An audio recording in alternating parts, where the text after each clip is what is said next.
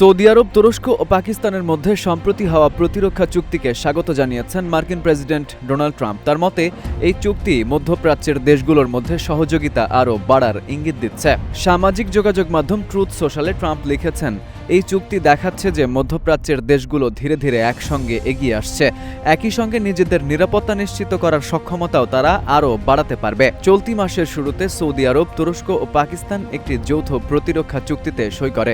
চুক্তির আওতায় কোনো একটি দেশের ওপর হামলা হলে সেটিকে 3 দেশের ওপর হামলা হিসেবে বিবেচনা করে যৌথভাবে প্রতিক্রিয়া জানানোর কথা বলা হয়েছে।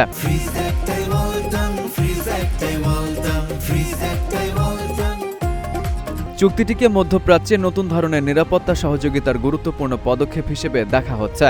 এর মাধ্যমে সৌদি আরব ও পাকিস্তানের পাশাপাশি ন্যাটোর সদস্য তুরস্কও একটি নতুন আঞ্চলিক প্রতিরক্ষা কাঠামোর সঙ্গে যুক্ত হয়েছে। এর আগে তুরস্কের প্রেসিডেন্ট রিসেপ তাইয়েপ এরদোয়ান জানিয়েছিলেন, ভবিষ্যতে মিশর সহ আরও দেশ এই প্রতিরক্ষা ব্যবস্থায় যোগ দিতে পারে।